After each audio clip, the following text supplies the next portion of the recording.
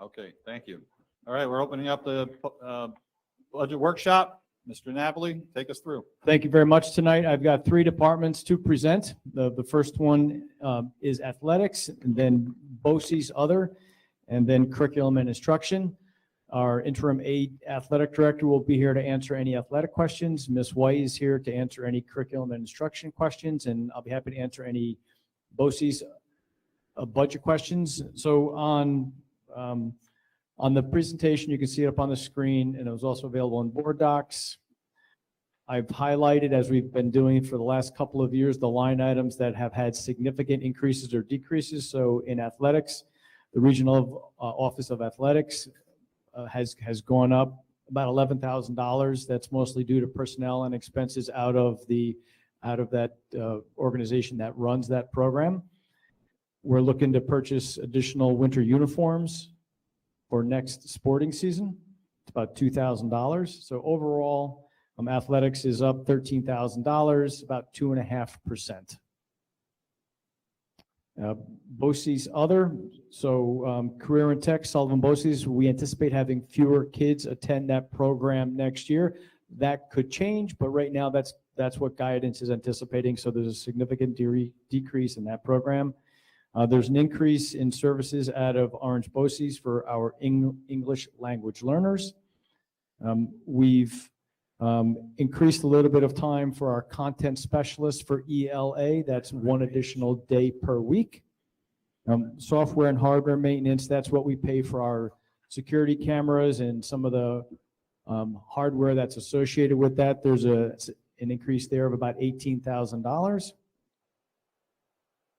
So on line 63 and 66, we've removed the behavior support services from Ulster BOCES, as well as the instructional technology specialist. Those are two significant number decreases. Line 63 is predominantly due to, for this school year, we've hired 3 social workers and a behavior support analyst, so we will no longer need those services from Ulster BOCES. And we've had lots of instructional technology over the course of the pandemic, so our staff right now are comfortable with technology. That might change in future budget years, but right now we're comfortable with the amount of professional development that they've had.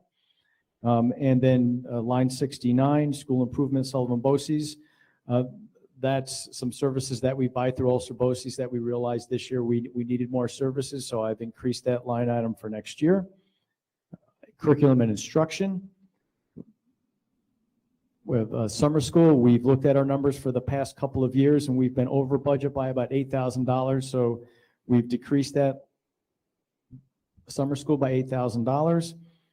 And then professional development, if you remember when we spoke about the junior senior high school, the PTech Academy needed about $10,000 in professional development, and we thought it was appropriate to include it in the curriculum instruction. That's where all of our professional development budget expenditures come out of. So that's why you see a $10,000 increase there. Before I move on to my next and last slide, are there any questions regarding athletics? I know I've got the interim athletic director floating around here somewhere. I could grab him. He might be out in the lobby. Or curriculum instruction, Ms. White is here, or any of the BOCES line items you've had. You have all the details in your packets. Mr. Burns. Vince, I see the deductions of the BOCES staff, and you mentioned us hiring 3 employees, but I don't see a comparison of what the BOCES staff was costing us for that particular topic, and what the 3 employees with the benefit package is costing us. So we can definitely. Or Lisa. We can, sorry, you know how I butt in. So we can definitely work up that schedule. The BOCES staff that we have here, we just had a meeting with Chuck Corey and his team about that staff to see, and we didn't come back to you, Vince, because we just had the meeting about possibly using our ESSER funds to provide additional support, but we will get you that comparison. John, the piece of this that's a little complicated is that the money that we have allocated there for the behavior support specialists, those aren't for full-time people, right? So we have to we'll put a little chart together for you for the next meeting to show you who we hired, and then if we're going to continue, we're considering cutting it, but if we're going to continue, what they'd be doing for us. Thank you. Vince, next question had to do with athletics. Did we get an explanation why the COSA for the regional office jumped up so significantly per school? I don't have that answer, but Mr. Chasen is here. He might know the answer to that question, I mean, hopefully. If not, I can certainly You get know, it for you. Let's get it for you for next week. it Just- sounds like Dr. Corey put those numbers together. That's not even out of his BOCES. It's That's out of orange our BOCES. I county. realize, I'm just saying Yeah. the percent increase sounds like that's what it was. That was 54%. We can certainly get that for you. We've seen significant increases out of the regional athletics office over the years. It's usually staffing expenditures, or it could be software, but I will get those details for you, and I'll have that by next week, hopefully, and I'll put it in my board report. Jody. So I see we're taking out for speakers for health-related assemblies. Are we not going to be offering these next year? We've absorbed that into the elementary school. Those are those last three lines in athletics that typically comes out of some other building-wide assemblies. We haven't really spent that money, so because it's been spent out of the buildings.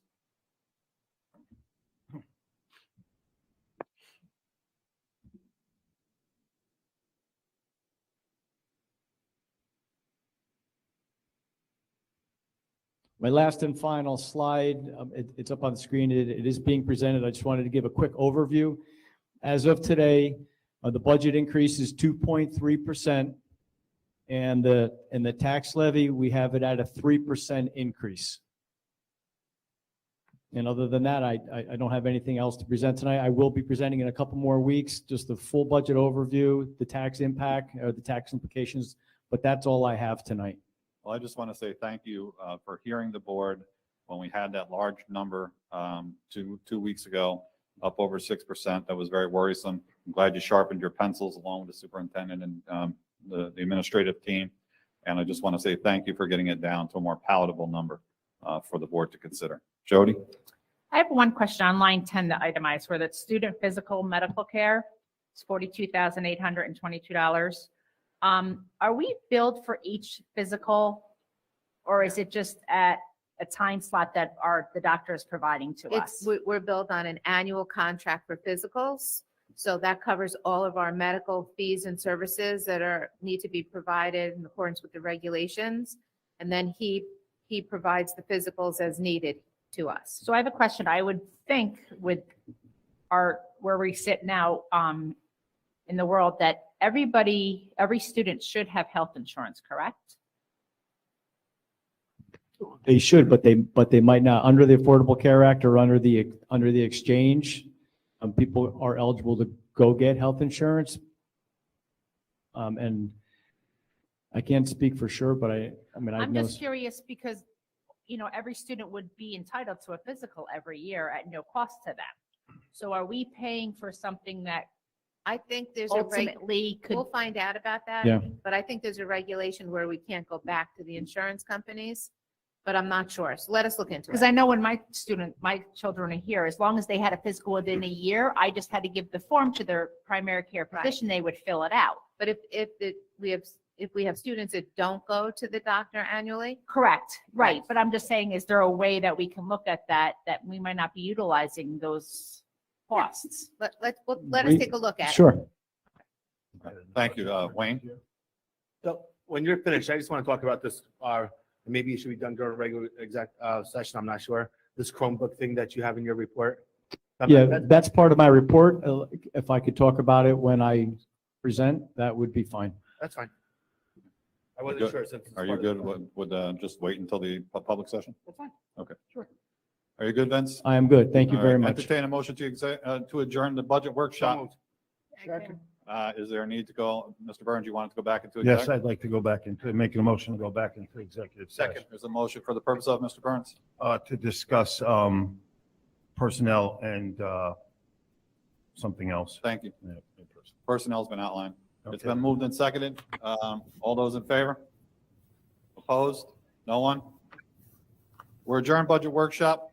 We're in executive session. We'll have to ask the public to wait outside. So call for the acceptance of the minutes of the February 22nd, 2022 meeting. Second. Discussion. All those in favor? Opposed? No one? Motion carries. Public forum for this evening.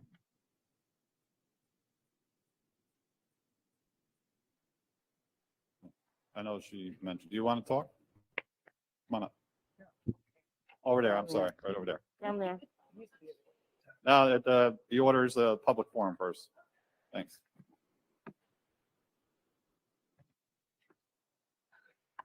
Hi, Irene Aspelund. Am I in the mic? I wasn't quite prepared, but I wanted to kind of tie up the last time I spoke regarding the mandates, specifically the masks. It was, thankfully, those are done. So the ESSER money is what I'm really here about, is tied to these mandates, which violate our rights, the kids, parents, and the school staff. My next request is actually, this is not a health facility, a medical facility, and there's, when the clinics come to the school, we don't have to have them here. And there was a school on Long Island, Beth Page, that the principal, when he was asked to do that, he said no. The vaccines are not that by definition, they're not. And I don't believe that we should be subject to having them on our school, which is, I've always considered it a safe place to send my kids, and I'm feeling a little nervous about it. So the other thing is, maybe I didn't make it clear. I didn't get a response to some of the questions that I had last time. One of them being, and I'd like to know why there were no biohazard containers in the school if this was such a virulent and pandemic, that it was such a terrible virus. That might be something that the Department of Health can help with, you know, maybe going all the way up to whoever said, you know, that this was so terrible. But again, I know that there are stipulations in funding, but I believe that this really goes against all our constitutional rights. And, you know, we need to start here at the community level. So that is my one request, that those clinic sites be removed, because you do have the ability to do it. Thank you. Thank you. If you give your number to the superintendent, I'll have her call you, contact you. All right, we'll move on to a special presentation for this evening. We have Ron Chason presenting our 2021 Fall Athletic Recognition. Ron?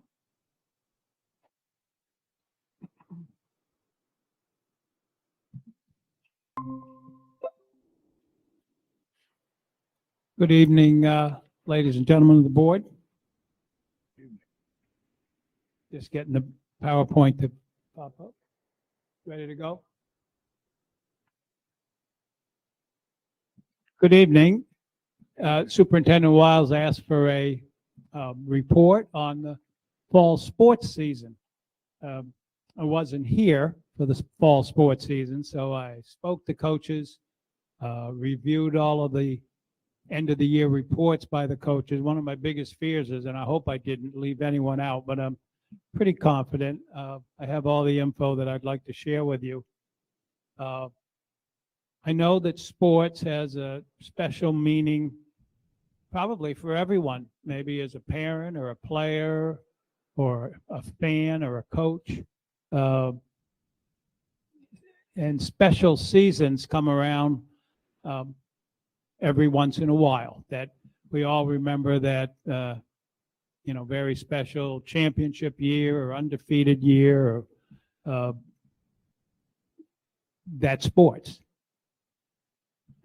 One of the probably greatest coaches that ever lived, Vince Lombardi of the Green Bay Packers, many years ago. The students might not know that name, but the parents probably do. Probably one of the most quoted coaches, maybe one of the most quoted persons in history. He has just tons of quotes out there that people remember. one of his most famous was something that, as a high school coach myself for over 20 years, soccer and basketball, I always had a little difficulty with it. Vince Lombardi's winning isn't everything, it's the only thing. Well, that might be true in the world of professional sports, but in high school, I don't buy that quote and that philosophy at all. There's a lot that's taught in high school sports: character, sacrifice, how to win graciously and lose with dignity, and shake hands and say, "I'll get you next time." The friendships you make are lifelong. I have to tell you, last summer I received a letter from my hometown, Orange, Massachusetts. It wasn't from my sister, and who's writing me?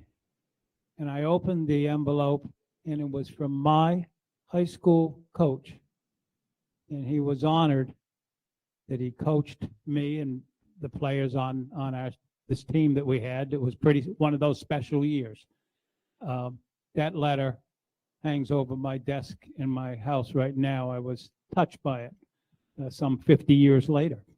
So high school sports is about a lot of things. And tonight I want to share some of the highlights from this past fall's season.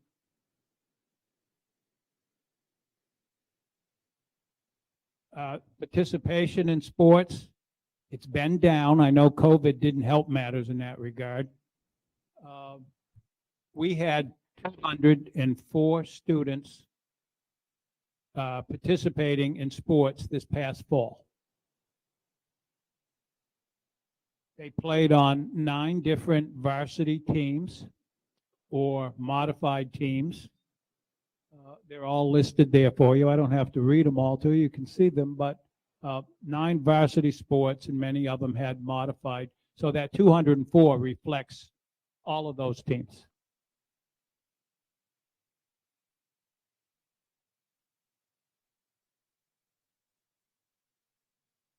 Of the 9 teams in the fall, 6 received team awards that were recognized by the New York State Public High School Athletic Association, a statewide organization that the average of all the members on that team was 90% or higher. So 6 of our 9 teams in the fall had academic averages over 90%. Those are the 6 teams.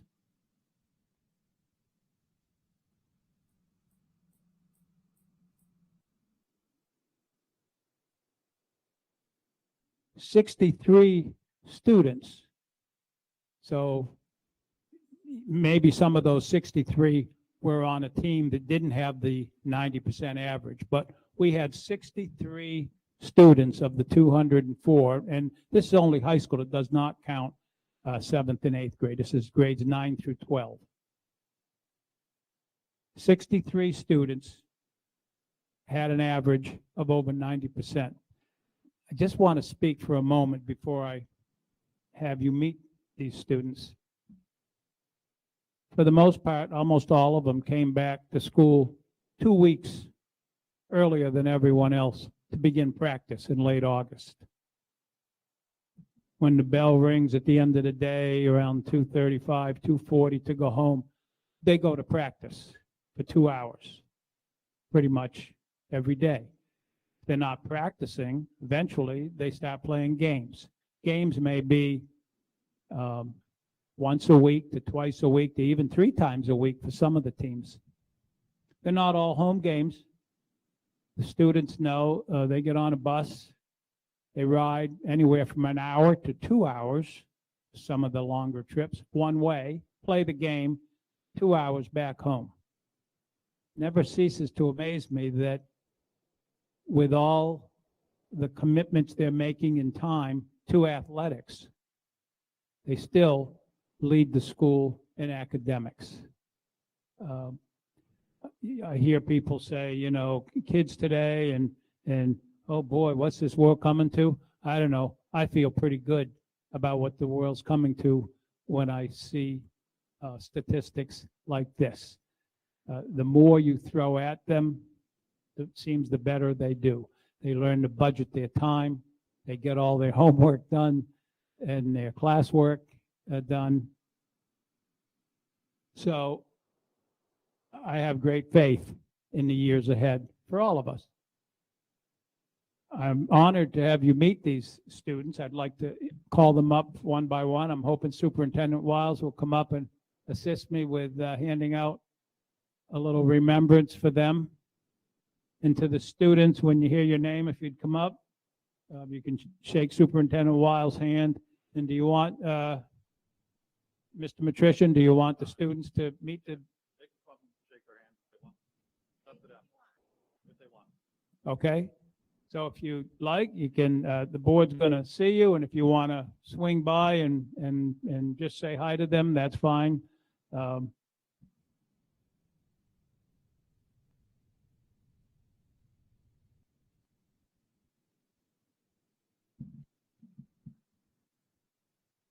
So these 63 students had a 90% average or higher in the first marking period. Tyler Dams.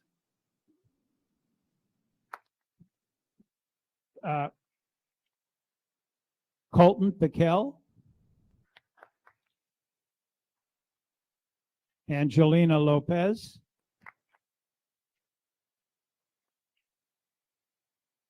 Emily Raban. Sabia Rahman. Not all are here, that's okay. Nurzina Rahman. Heather Reed.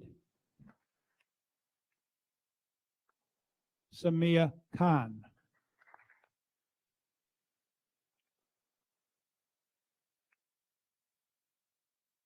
Amelia Torres. Kaylee Kane. Gabriela Torres. Haley Pincris.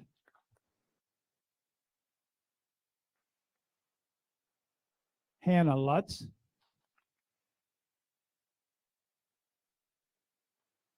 Haley Brizard.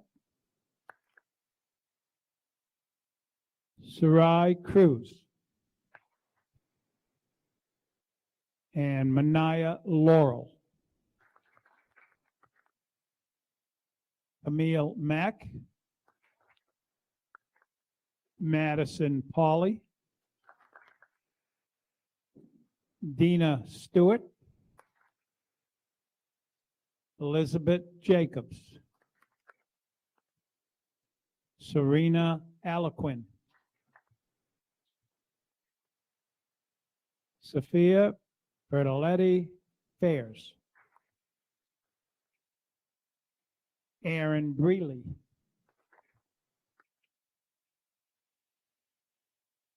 Michaela Gordon. Paige Manning. Jade Stewart.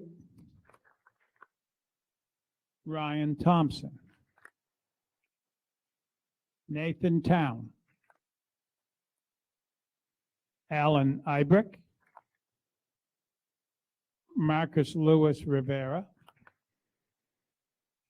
Nathaniel Valdez.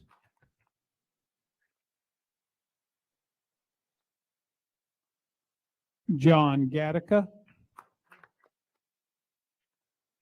Joseph Cortez. Michael Doria. Walter Evans. David McCombs. Billy McGaw. Amelia Benjamin.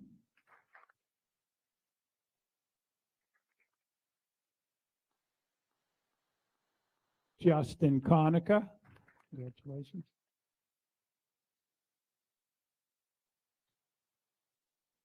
Adriana Anderson.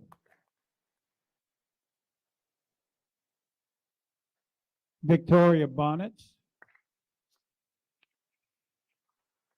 Gabriella Castro. Caroline Connor.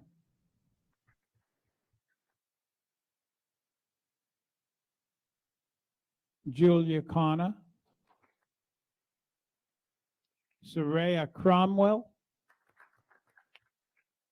Sarah Gonzalez. Gabriella Hind.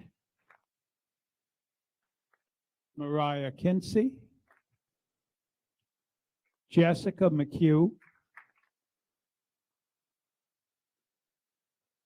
Daniela Membrano, sorry.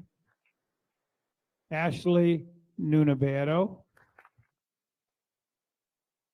Avona Ross. Lauren Story.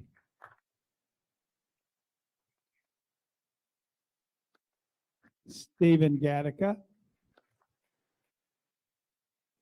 Silas Millis. Carlos Raban.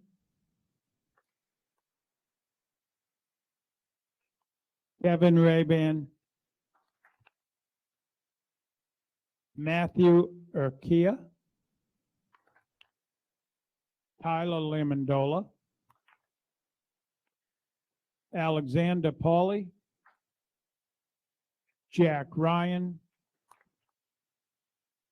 Alexander Sweck. And Skylar Davis.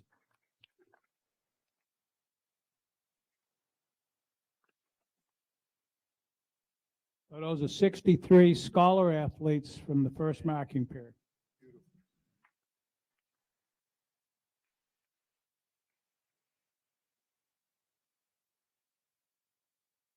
We also had some special award winners on different teams from our girls soccer team. She scored 71 goals in a career, and she compiled 154 points. To the best of my knowledge as an ex-soccer coach, 2 points for a goal, 1 for an assist. So a total of 154 points. She scored 36 goals in a single season. It's about almost 2.5 goals a game. It's a lot of scoring in soccer.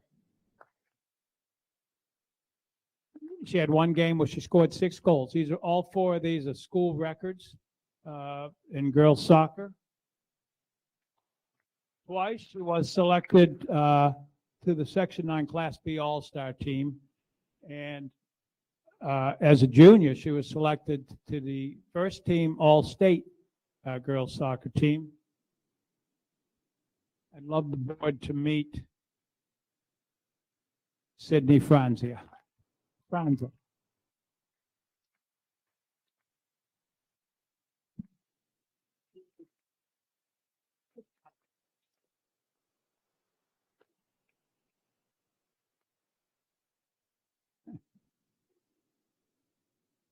And I think a college is getting a good soccer player ought to be announced sometime in the near future.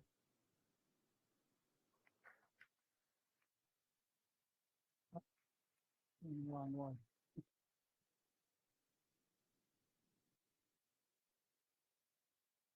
From our soccer team, we had some exceptional players on this team and a very good team as well. Named to the Class B Section 9 All-Star team. This of all the B schools in Section 9, the coaches select an all-star team.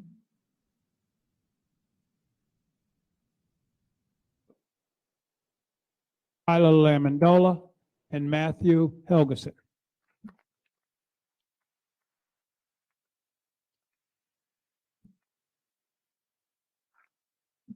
Thank you, Matt.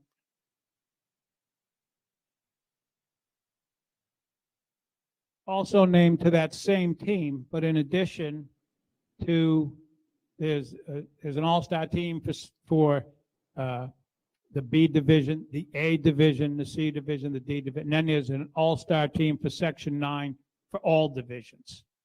And this young man was a Section 9 B division all-star and an overall Section 9 all-star. Alex Pauly. I don't think he's here.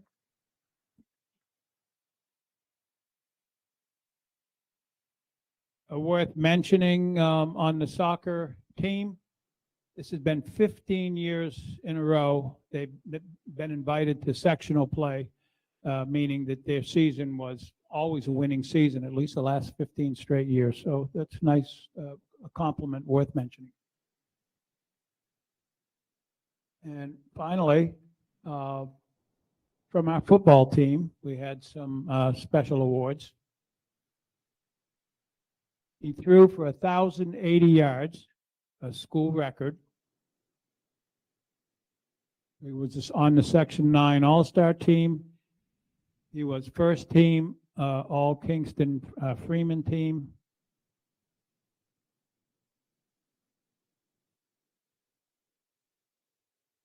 Could meet our quarterback, David McCombs.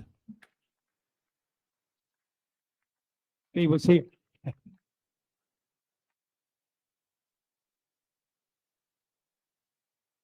Also from the football team, he ran for 1,172 yards. That's the 7th player in the history of Ellenville football to run for 1,000 yards or more. He was on the all Section 9 coaches team. He was also first team Kingston Freeman on offense. As a running back, Casimiro Pomales Jr.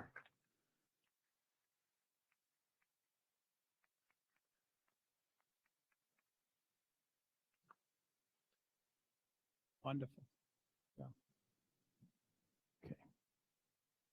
And our last award winner from our football team. He had 115 solo tackles, second most in school history. He was also on the all-section coaches team, and he was first team Kingston Freeman on defense.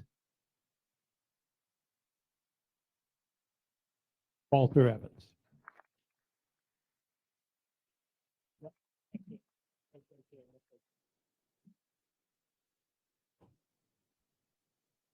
The conclusion is that we have a lot to be proud of with our Ellenville athletes and our scholar athletes. We want to thank the athletic department. Booster Club does a lot of things behind the scenes to support athletics, and I just wanted to give them a public thank you here.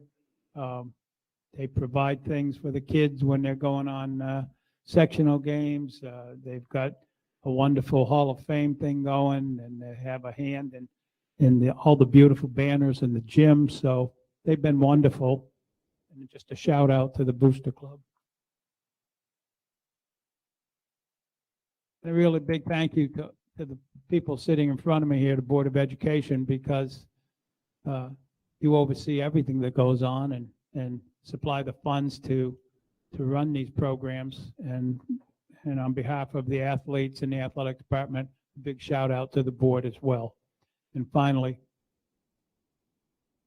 Ellenville community. I've worked in 4 school districts in my career, and Ellenville's just terrific for supporting the educational programs, the sports programs. The community's terrific. And I'm honored to be here helping out at this time, and I hope this has provided the board with some information about what happened this fall. Thank you.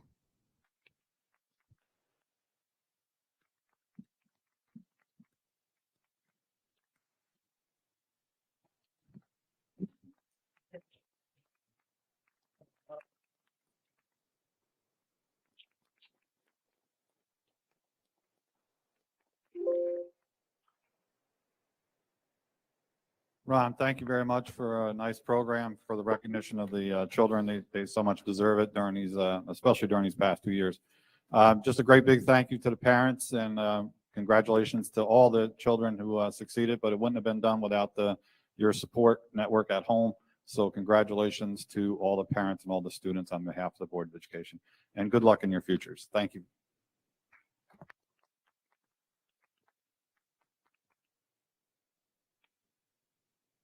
All right, we'll move on with the chance. Yeah, absolutely. We want you to stay around now.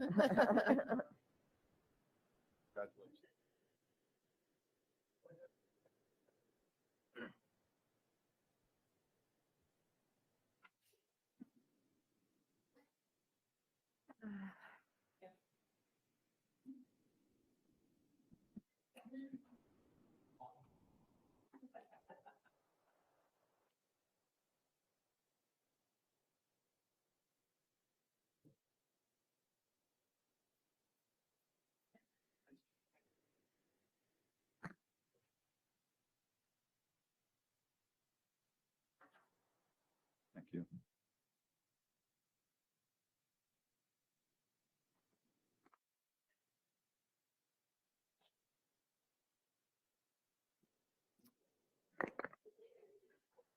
Thank you. All right, we'll continue on with the agenda for this evening. Reports and information correspondence. First, I'd just like to say, as your president, you should never, and as a leader of the board, you should never ever give in to your emotions, and never let your emotions run high with you. The last meeting I did that, and I acted inappropriately, and I'd like to apologize to Mr. Burns publicly for being very, very short and curt and inappropriate. So, Mr. Burns, I apologize. Thank you, Mr. President. Not necessary, but I appreciate it. I will entertain other board members. Yeah, actually, if I may. Wayne? So as I'm driving past the building coming into town on the Neverly Golf Course property, that roof is caving in pretty badly. No. What I'm talking about? Yeah, I know. I'm just old asking if building? it's still The ours. old school building, yeah. We sold it. Oh, we did? Yeah, it's not right? ours. It's It's been sold. We're just waiting on the title to transfer. I haven't seen anything on that. Okay. oh, Yeah, you yeah. voted. There was a vote. Vote. Yeah. Was it last week? No, No. No. it's a while ago. Okay. I was afraid of steeple falling down because. Yeah, of how that's bad all it right. is. Yeah, they're So, aware of Never it. mind. They're aware of it. We sold it. Okay. I knew we had it appraised for Yeah. whatever. Yeah. I was not aware of it. So, okay. Anybody else? All right. If not, we will move on to the superintendent. Superintendent. Hey, a few things. I just want to report out. We had a very, very successful superintendent conference day. It's focused around wellness this morning. And we had some other sessions. I just want to give a shout out and thanks to Mrs. White. She did a great job putting the agenda together. We've gotten a lot of positive feedback. And we hope to have something like that again next year, but great job and great feedback from, the staff that came in today. March 2nd, the NAACP was on site presenting awards to the contest winners for artwork, essay work, and a poem contest in honor of Black History Month. We were fortunate enough that a couple of the poems were also converted to songs, and they arranged for 2 singers to come in. It was really a lovely event, and I believe it's taped, and I think it's showing on educational TV. So if you have the opportunity to watch it, that would be great. Also reporting out that varsity and JV spring sports started yesterday, and modified sports for the spring will be starting next Monday. We will be having a play this year. The dates of the play are April 1st and 2nd, and the play is The Little Shop of Horrors. We are also reporting out that there's going to be the faculty elementary school versus a junior senior high school. That game is on March 31st in our high school gym, and it's elementary again versus junior senior high. It's the Heat versus the Suns. And next Tuesday at a board meeting, we'll be having an update that was requested regarding our construction project and where we are with that. And that's all I have tonight. Thank you very much, Superintendent. We'll move on to Oh, just Assistant. one other thing. I know there was a request by the board about our student representatives, and we were off to a very slow start this year because of the transition back. But we will be meeting with the students, and hopefully we'll get a couple of meetings in with them, and then hope to kick back full-time, back in the fall. Thank you. Assistant Superintendent for Business, Mr. Napoli. Thank you. Other than what I have in my report, I don't really have much to report on. You have some questions? Yeah.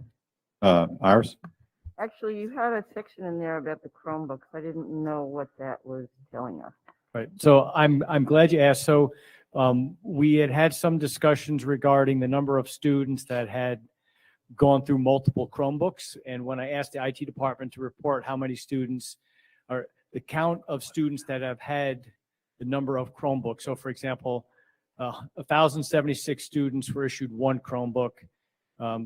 430 students were issued 2 Chromebooks. 170 students were issued 3 Chromebooks. However, when I spoke with them on Monday, after they gave me this data in the prior week and I put it on my board report, they were including students that were issued Chromebooks due to operating system errors, like actual problems with the Chromebooks, not damages to the Chromebooks, right? So the numbers got better, or they look better, and I have those numbers here. So the number of students that have had to have their device replaced once due to damages on the student side was 165. Students that have had to have their devices replaced twice was only 12. 3 times it was 3, and then 4 times or more it was 1, and then we had 66 students lose their chargers. So getting the updated data, it doesn't look as bad as we had first thought it was. And we do have one student that is not included in those numbers that has been issued multiple Chromebooks, right? And that child is not allowed to have a Chromebook at home. They have to use only the devices here in school. Questions? Any questions? So, yeah, Wayne? so even with those numbers, I'm glad they're not what I was seeing here. We're still close to 200 students. 165, 12, 3. So we're at 180, 175 or so. How much does a Chromebook cost? About $300. Okay. So why do our students still need Chromebooks at home? Is my question. I understand the 2-for-1, from when it was first initiated. I'm not sure why we're doing it. I understand why they needed them at home during the pandemic because they were learning at home. Our teachers aren't pushing out work on Google anymore. They're doing it all in class. So there's no reason for students to still have Chromebooks at home. I think with the cost of $300 a piece, they should be back in school. We should collect them all. We talked about collecting them at the end of the school year. They had them at home because we weren't sure what was going to happen, if we would have to have a remote day or, along that line. So we were planning while we're out, we all think we're out of this. We might not be. So just to err on the side of this year. safety, we'll leave them there until the end of the school year. Then we'll collect them. And it's a big undertaking to collect those, those 1,000+ Chromebooks. The IT department is going to be busy those couple of days, but that's the plan. That's Will that help with our budget? Not ordering as many? Yep, Moses is running those numbers to see maybe we don't have to replace as many next year. So that should help us on the financial side, since we'll have a sizable inventory here to put into the classroom. So yes, So absolutely. when we collect them, it'll be a big undertaking, as you said. Will we plug them in, turn them on, make sure they're working, do all of that? Oh, yeah, clean them. They will be scrubbed, not only physically, but electronically, Okay. looked into for repairs. Anything that's cosmetic, we'll roll that out next year. But something like if there's a damaged or destroyed keyboard, they'll attempt to repair it. But, I don't want to have the guy spend hours, repairing a keyboard on a device that's 2 or 3 years old. Might not be worth it, right? Thank you. You're welcome. Mr. Burns? Yes, Vince, I kind of got your numbers there, but you talked about numbers as far as chargers are concerned. So I'm looking at these numbers here, and I'll forget the number 1 and the number 2, which is roughly 1,400 Chromebooks. But on the issuance, and these might vary a little bit by what you told me, the number of students that were issued 3 Chromebooks was 170. The number of students that was issued 4 Chromebooks was 49. The number of students that was issued 5 Chromebooks was 12, 6 Chromebooks 7, 7 Chromebooks 3, and 8 Chromebooks 1. Who makes the decision to issue another Chromebook? The IT department, so some of these, the updated numbers that I reported today are significantly different than the numbers that you see on the report. On the report, it could be if the child comes to school and they have their Chromebook and it's not working, then there's no physical damage to it. There could have been a problem with Chrome itself. There could have been some electronic problem on the physical device.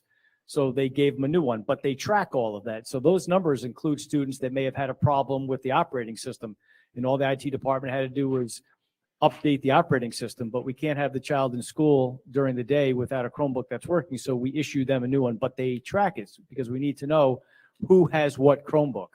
I get all that, Vince, but the point remains that somebody approved 8 Chromebooks for a student. They all didn't fail.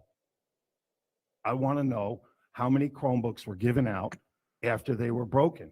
And why are we issuing 7 additional Chromebooks to 6 students?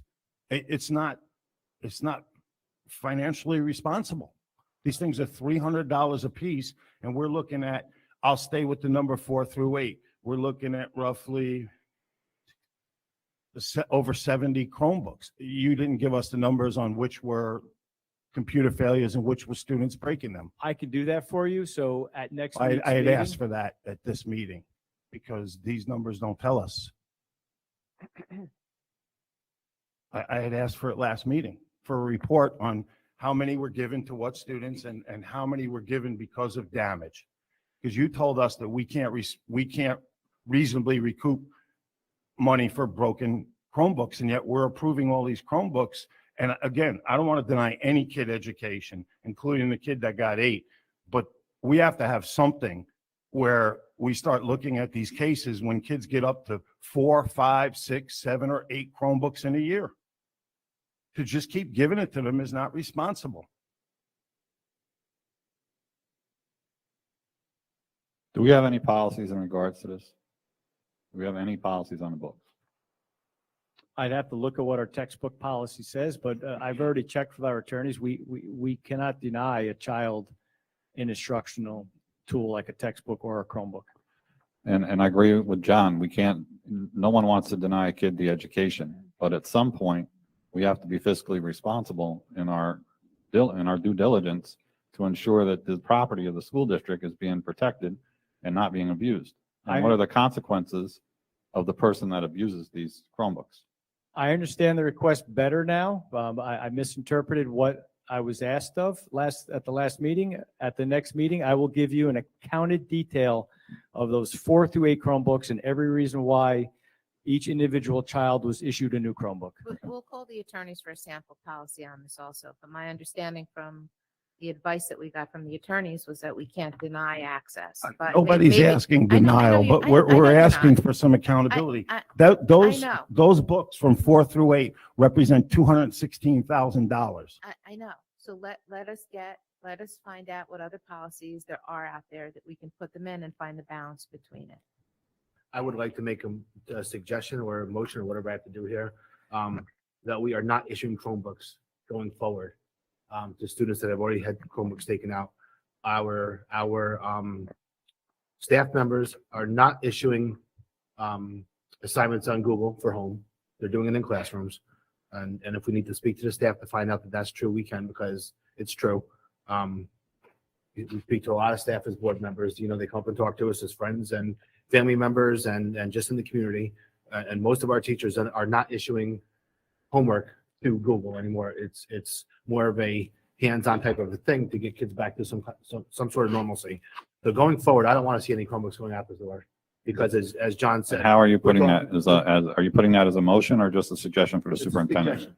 I don't know how to make, No, I think we should- we're talking about Right, $300,000 of Chromebooks here.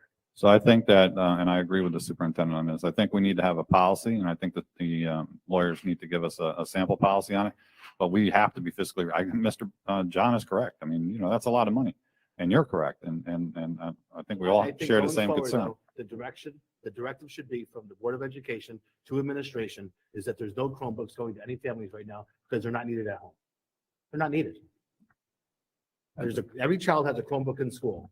They don't need them at home. There's no work being done on a Chromebook at home. I understand that we can revert back to remote learning or a possible hybrid situation at some point. We're not there now. So- Kids already have them at home. We'll collect them at the end of the year, but going forward, there's no need to have it. So It's a $300 device that our taxpayers are paying for, and we have to be physically responsible for our taxpayers. We have that obligation.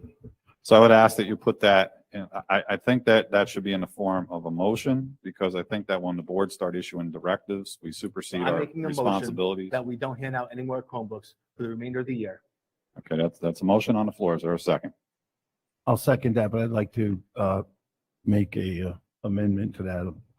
I'd like to say that our policy be that each kid get one Chromebook, and then if they need to be replaced for failure, or in a case where a kid could drop one and something happens, that then the administration makes the decision whether to give the kid another one or not. This way we don't violate any laws and deny anyone their education. But I think we should go to one. I understand we went to two for the pandemic, as Wayne said, but I think now that that's behind us, hopefully, that we go to one Chromebook per kid. So you want to amend the motion to read one. We don't want to make it a policy, because then it would therefore go to the policy committee. But your motion would be amended to read one, Correct. correct? Is that acceptable to the person making the motion? Good. It's acceptable to the person making the Could you motion. explain what this is? I'm not following what they're. Well, as soon as I get it on the table, I'll explain it for discussion purposes. So we have a motion, it's been accepted, it's been amended, and there's been a second to it. So we will, for the purposes of discussion now, get into what exactly we are. So what the motion is, in essence, is that we will only, and John and Wayne, please correct me if I'm wrong here. What the motion is that the board, what they're proposing is that the board only authorize, the district only authorize one Chromebook, and that a second Chromebook would be issued when, John, on that motion. At the discretion of, and you could tell me who you want to give this to, whether it's the IT, but from what I've seen, and listen, I have all the respect in the world for our IT, but they're giving away 6, 7, and 8 Chromebooks, so we could either leave it to the IT or administration. I think that I would also like to ask Wayne if we could add to that, unless a student's IEP demands that they have access to 2 Chromebooks. Okay, unless it's mandated by an IEP. Because you could have kids that might be visually impaired or something like that, that might need 2. I don't want to cut them off and get in a pickle here. So. So there will be a second issue. So the motion is that the board authorizes only one Chromebook per student, unless a second is authorized, and we'll give it to the administration. We'll put it under purview of Mr. Napoli, if that's okay with the motion makers. Yes, sir. And we will give it to Mr. Napoli as his purview to decide whether or not a child gets a second. In the event that a child has an IEP that demands it, that would certainly supersede any motion of the board. So we will leave that as the motion. So that's the motion you have in front of you. It's authorized for 1. It's only going to be 2 if it's approved by Vince. Yes. So as I understand it, the students already have 2 apiece, one at home and one in school. So what exactly is supposed to be evolved from this? Going forward. From this. It's a going forward motion. Going forward, like tomorrow, they Yeah. have 2. Well, going forward, if anybody comes to the board and needs another Chromebook, it would be authorized only for 1. Unless an IEP dictates that they have special needs, or the assistant superintendent authorizes it. So the 2 that they already have just This is for stays until this is for at June. home purposes, Iris. For at home purposes. So Their they Chromebooks already, in school stay in school. right. They're used in school. Right. So at home, our students have Chromebooks. And in all honesty, they're just using them for whatever they're using them for, because there's no school work being done on them. Unless they're choosing to do that on their own, but the teachers aren't, for the most part, giving that work out. So the students that have them at Do you want to home, make it then? No, they go have ahead. that Chromebook Be for fine. the end of the year. Right. And we're not issuing them another one for if they break it without it going through Vince. Jody, So in your original motion, you said one Chromebook per child, so it's going to have to be amended to the amendment that it's one Chromebook per child at home, because we're I not was talking touching, at home, correct. we're not touching what they have in school, We're not, correct? that's correct. So it's at home use. At only. home use only. correct. Is that satisfactory to the, I don't think the that's what person- I was proposing. I was proposing giving each kid in our district one Chromebook. If they want to take it home and bring it back, that's fine. But Vince told us last time that we were issuing double Chromebooks because of the pandemic. Mhm. Am I correct? That's correct. And what I said earlier is that we're going to collect the second Chromebook at the end of the school year. So right now, they have two. Right. So Most have to. most have to. Right. Some don't have any at home because they have their own devices. So I need to understand Just hold on. when we're done. We will. We'll get there. What my charge We'll is. unravel it, that's for sure. Yeah, I got confused quickly. Well, So- I had made the amendment for one Chromebook One per Chromebook. kid. Per kid, period. Right. Okay. Is that your understanding? No. No. No, they already have two. Right. So we're gonna make everyone bring it. make everyone Well, bring it that's what back. Vince is saying we're going to do. And Vince then- is saying at the end of the year. So this is a going forward thing that we're not going to issue anybody else two Chromebooks, one in home. We give each kid one book and we get those back and keep track as we go collect. along collecting them, how many they have. A kid should have one Chromebook. A kid should have one textbook, unless of course it's for a 504 or IEP. Right, but my intention was not to have our IT department boggled down at this time of the year collecting Chromebooks. They Well, need to do that. that's- at the end of So the is year. this for September? One Chromebook per student starting I September? guess, whatever we can do to get to one Chromebook is what I think is reasonable. Starting in September. Wonderful. All right, so it's starting in September, Vince. Right now, unless the motion fails, it's starting in September. The motion, and Jody are going to amend this again? No, I'm good. Okay, Thank you. thank you. Can you, go ahead with your discussion? Go ahead with your discussion. No, I was just going to say, I don't want to start it now, because if a child breaks a Chromebook in school and then has to bring the one from home, and they don't bring the one from home, and then the teacher can't do instruction because that student doesn't have a Chromebook, I think we should just collect them at the end of the year. Everybody has one Right. at school, and we don't issue a home Chromebook unless needed. So we're Starting going in to make this September. simple, Nafisa. So ready for this motion? So you can copy this down? It has been moved by, we're going to give it to the amender. It's been moved by Mr. Story and Mr. Burns that the district effective September, what's the starting status? Starting date? 9/1/22. September 1st, 2022, the district will authorize only one Chromebook per child. And that if a second Chromebook is to be issued, it will be approved by Mr. Napoli, the Assistant Superintendent for Business. Is that satisfactory, Mr. Story? Mr. Byrne? Yes, sir. Now, any more discussion on this? Lisa Ramirez? I have a couple questions.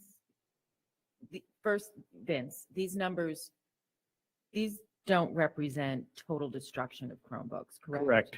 Many of these were reparable that went back into service after they were, I don't know what the number is, but I would assume, yes, some of them, it just required a replacement of the operating system. right, just swap them out. And then that machine went back into service. Correct. Okay.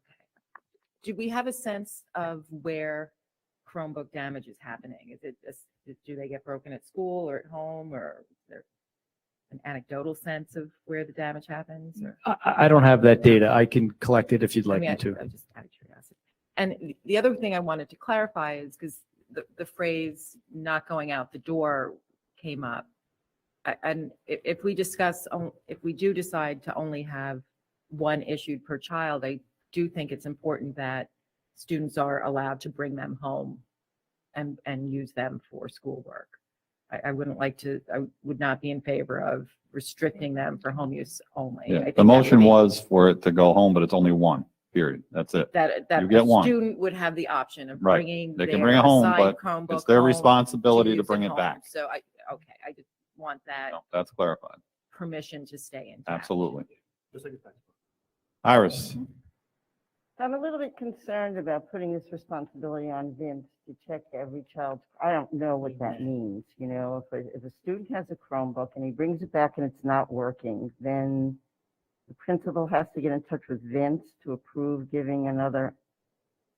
I'm kind of in favor of looking at a policy for this, because this is getting very complicated, and I think it's complicated in ways that may not be really valid after a point. So I'm not going to vote in favor of this because I would like to move ahead and look at a policy for it. That's all inclusive. This is too many little pieces that I don't think in the long run it's going to work. So- I think there needs to be accountability on this, and from the answers that Vince has given us tonight, where we don't know how many are broken or how many have computers or how many go back in. I think these are things that we should have columns in our paper for. So it wouldn't be necessarily the principal going to Vince. My idea would be that it would be the IT people, because the teacher takes the Chromebook back, your Chromebook's broken, she has to go to IT with it, and then IT can make the decision whether to go to Vince and say, this is legitimately broken. It needs to be repaired. The button fell off or whatever it is. That's not a long, tedious situation. Right now, we don't have any accountability on those things.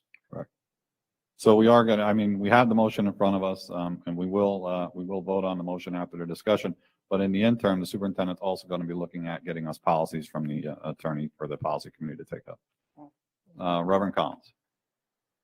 First of all, I thought that part of the reason that we had two was because the possibility of broken is more in transportation than it was otherwise. When we first started discussing that was the reason we were talking about one at school and one at home, was because the possibility of damage was more in that transportation than it was in sitting at home. That's first. Second of all, I do not agree with making Vince the warden when it comes to taking care of. And I believe that the numbers that I heard tonight, we don't have massive destruction. Some technical problems, some problems. From all that I've heard, we had one child that destroyed 4 on his own. That was a child with a problem. Okay. We've had some others that had some mistakes, but not one of them. Let's see where any one of them had 6 or 7 on his own. So I think we're creating some more bureaucracy just to be doing it. I want to save money, but I think we're spending more time beating around that. Fine, if we want to do one, the end of the year, we collect the ones at home, and then we discuss what we're going to do to keep the ones that they do have to transport from here to home from getting broken in the process. That's really the spirit of what the motion entails, is that we want to make sure that there's one in September going forward, and that I think we're looking at that. And as far as Vince bearing the cross of this, I'll just suffice it to say that we'll leave it up to the superintendent's direction as to who she wants to put in charge of it. I think that's the best way to go about it. Should be her purview. Unless you have a different suggestion. But I think the superintendent should direct who's in charge of it. Anybody? If not, any further discussion on this motion? Iris? Well, it doesn't matter. I'm not voting for it anyway. Okay. Go ahead. All right, roll call. Iris? No, Wayne? Yes. John? Yes. Jody? Yes. Willie? No. Lisa? I'm going to say no, because I just think it needs more discussion and input. You want to discuss further now? I don't know if we need to, I don't know if we can get to those answers right Okay. now without, or maybe even hearing from teachers or Okay. So we'll consider you a no. Yeah. Okay. Reverend Collins? No, No, I'm a yes. Motion fails. 4-4. Motion fails. we already have that power. Okay. If we want them back, we take them back at the end of the year and we're done with it. We just don't issue them again, All right. period. All right, motion fails. Moving on. Yeah, I have another question for Vince on the report from uh, the last report here that I asked for last week on the caveats that the district has to sign off on to get the relief money for the pandemic. And I believe that Vince gave us that. My concern, Vince, is I don't have a law degree and I'm going to need some breakdown on this, especially when you get into the caveats of what we have to do and for how long we have to do those. For example, the LEA, that's us, assures that the LEA will comply with the provisions of all applicable acts, regulations, assurances.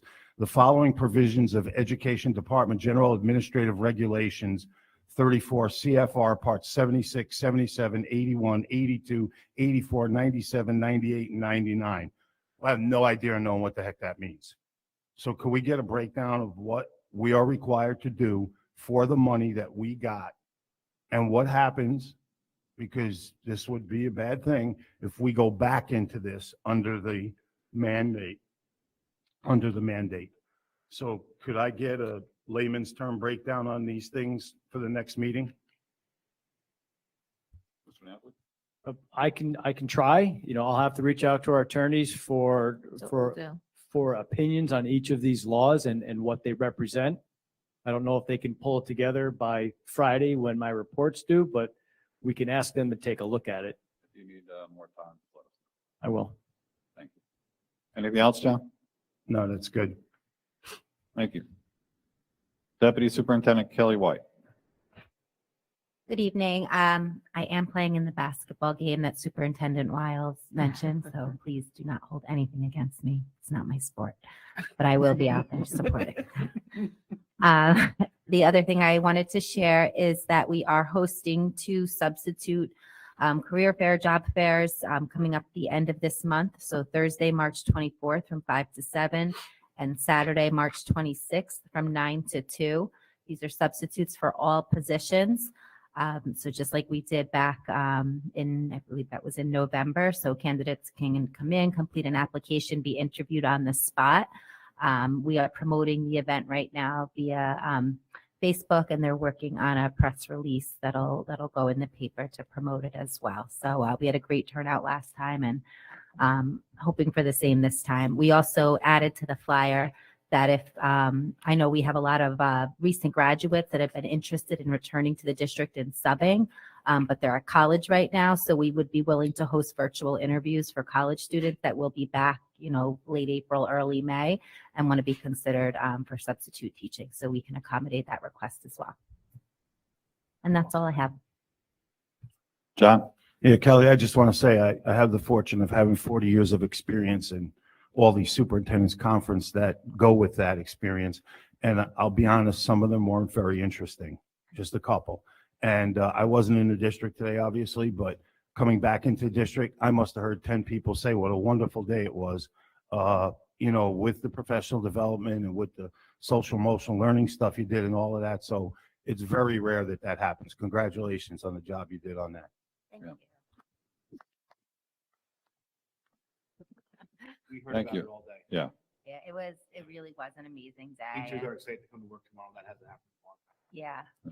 the Staff feedback members that start the evidence. yeah, it was a great day. We're hoping to be able to, replicate that for staff, on a yearly basis, just to have something to look forward to and continue to build on it. Well, your ideas went over very well. Thanks for the support. Thank you. Okay, we will move on this evening to personnel resolutions.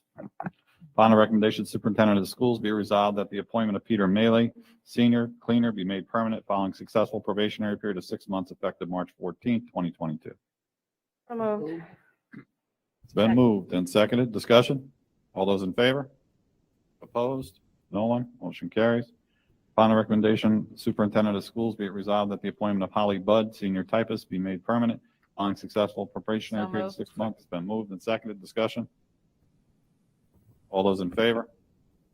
Opposed? No one? Motion carries. Upon the recommendation of Superintendent of Schools, be it resolved that Crystal Caban and Sean McKeever be appointed sophomore class advisors at a, moved. it's been moved. Seconded. Discussion? All those in favor? Opposed? No one? Upon the recommendation of the superintendent of schools, be it resolved that the following elementary school extended day personnel be approved at a rate of $43 per hour work for the 21-22 school year. Move the list is presented. Moved and seconded. Discussion? All those in favor? Opposed? No one? Motion carries. Upon the recommendation, What's that, Willie? Willie, is that you? No, that wasn't me. Got a lot of feedback here, I think. Oh, in the back. Upon the recommendation of the superintendent of schools, be it resolved that the following coaches for spring be approved as indicated for the 21-22 school year. So moved. Been moved, seconded. Discussion? John? So the baseball coach for JV is just staying blank at this time? Yes. Okay. Any further discussion? All those in favor? Opposed? No one? Motion carries. Upon the recommendation of the superintendent of schools, be resolved that Jack Wilson shall be paid for 10 days of coaching varsity boys indoor track in the absence of the appointed coach at a prorated contractual rate, $766.40. Move. Been moved, seconded. Discussion? John? I know that Mrs. Wiles had called for a meeting to discuss athletics. I think that we need to put some things, whether they're policy or get MOA signed with the union, that when coaches take these positions, it's clearly understood what the extent of the season is. I know we've had some issues with that in the last few years. Also, how much time needs to be put in for practices and things like that. And then, so I know that coming up with that, I also think that we should get the interim athletic director involved in that to discuss numbers and what we can do. So, Lisa, I know you were going to call that meeting, and whenever you're ready, I'm ready, and we can have that meeting to see if we can do to approve this, because I think we're struggling a little bit. And I think you're right about the MOA for sure. I think it needs to be in an MOA, memorialized, so we have it, in. And one last thing, and I know that this will be negotiations, and I don't mean to get into that, but I'm looking at the coaches' salaries, and I cannot make head nor tails of it that someone's coaching, say, for example, varsity softball for as long as they are, and they're making a flat rate, and somebody else that's in their second or third year of a different sport is making more than that. I don't understand how these are computed at all. We have a analysis book of how everyone's paid across the county, so we can pull that out too and look at it. Also, again, I don't want to get into negotiations, but I hope that the board we've talked about this in favor of making our salaries for coaching worthwhile so that we can, get qualified candidates that will build programs. Thank you. Any further discussion? All those in favor? Opposed? No one? Motion carries. Upon the recommendation of the superintendent of schools, be it resolved that the memorandum of agreement between the Ellenville Central School District and the ETS RPA. So moved. Been moved, seconded. Discussion? All those in favor? Opposed? Abstain? One abstention. Motion passed. Motion passes with one abstention. Upon the recommendation of the superintendent of schools, be it resolved that Jeannie Kuhau and Deborah moved. Shorter be appointed. Did I hear? It's been moved and seconded. Discussion? All those in favor? Opposed? No one? Motion carries. Upon the recommendation of the superintendent of schools, be it resolved that Tiffany Fernandez request for non-paid leave of absence for child rearing be granted. Effective. Been moved. Second, Second. Discussion? All those in favor? Opposed? No one? Motion carries. Upon the recommendation of the superintendent of schools, be it resolved the resignation of Tammy Kogar and substitute security So attendant. moved. Been Second. moved. And seconded. Discussion? All those in favor? Opposed? No one? Amend appointment 1-to-1 aide. Resolved that the Board of Education hereby amends the resolution set forth as agenda item 5.5 under the personnel on the agenda of August 31st, 2021. So moved. It's been moved. Second. Second. Discussion? All those in favor? Opposed? No one? Motion carries. Upon the recommendation of superintendent of schools, be it resolved that Susan Moody be appointed as a 1-to-1 RN on an as-needed basis for student number 108010113. Been moved. Do I have a second? second, Seconded. Discussion? All those in favor? Opposed? No one? Motion carries. Upon the recommendation of superintendent of schools, be it resolved that a teacher aide position be created and approved. So moved. Second. Moved and seconded. Discussion? We discussed this, what this was for. I missed that one. I did not, there's an aid justification form attached to the resolution, and the aid was added in an IEP, in one of the IEPs that was reviewed. Thank you. Any further discussion? All those in favor? Opposed? No one? Motion carries. On the recommendation, Superintendent of Schools be resolved that Liam Rodden be appointed as a certified substitute teacher, rate $150 per day. I'll work. move. Been moved. Second, Second. Discussion. All those in favor? Opposed? No one? Motion carries. Upon the recommendation, Superintendent of Schools be resolved that Kevin Garcia Salas be appointed as an uncertified substitute teacher. It's been moved. Second. Second. Discussion. All those in favor? Opposed? No one? Upon the recommendation, Superintendent of Schools be it resolved that Jekiah Richardson be appointed substitute teacher aide at a rate of $105 per day work for 21-22 school year. So moved. Second. Moved and seconded. Discussion. All those in favor? Opposed? No one? Motion carries. Amend school counselor appointment. Upon the recommendation, Superintendent of Schools be it resolved that the resolution passed on September 21st, 2021 regarding the appointment of Courtney Vandermark be amended to read, who holds a permanent New York State certificate in the area of school counselor, be appointed to a 3-year probationary position of school counselor. So moved. Been moved. Second. Second. Discussion. Was this due to course work? No, it was, we got proof of her tenure appointment. Thank you. Any further discussion? All those in favor? Opposed? No one? Motion carries. Upon the recommendation, Superintendent of Schools be resolved that John Brockmell be appointed as a substitute security attendant at a rate of $15 per hour work, 21-22 moved. school year. Second. Moved and seconded. Discussion. All those in favor? Opposed? No one. Motion carries. Resolved that the Board of Education hereby rescinds Resolution 6.9 passed by the Board of Education on January 25th, 2022, granting an unpaid leave of absence to Angelo Rosado for the period of February 14th through March 18th, 2022, and be it further resolved that the Board of Education hereby accepts Mr. Rosado's letter of resignation for the purposes of retirement. so moved. Second. Moved and seconded. Discussion. All those in favor? Opposed? No one. Motion carries. Budget resolutions for this evening. Motion to move 8-1 and 8-2. Second. Moved and seconded. Discussion. All those in favor? Opposed? No one. Motion carries. Education resolutions for this evening. Motion to move 9-1 and 9-2. Nine, Second. 9-1 and 9-2 has been moved and seconded. Discussion? All those in favor? Opposed? No one. Under 9-3, new course proposal. Resolved that a new course, a study of the wire, be approved as attached. So moved. Moved. Second, Second. Discussion. Iris. is this a half-a-year course, Lisa, or what is this going to be? Go ahead. Full year. It is a full year course? Yeah, it'll be, students can earn their English 12 credit for this course. So they could take their traditional English 12 or this course. Oh, Can we get any information on the course itself? I'm not understanding that. What it's attached in there too, huh? Yep. Okay, You want some definition, explanation of the course? Yes, the it's first there. one. It's in Got there. it's in the note. All right. Any further discussion? All those in favor? Opposed? No one? Motion carries. Under construction resolutions for this evening. Motion to move 10-1 and 10-2. Second.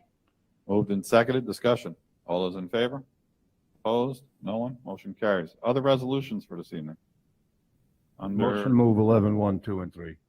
Second. moved and seconded. Discussion. All those in favor? Opposed? No one? Motion carries. Ladies and gentlemen, the next meeting is next Tuesday, March 22nd. It's a regular Board of Education meeting. Is there anything that anybody would like to see on the next agenda? It'll be a light agenda, so we will not be long. I will then entertain a motion to adjourn. Move. Second. Second, discussion. All those in favor? Opposed? We're adjourned.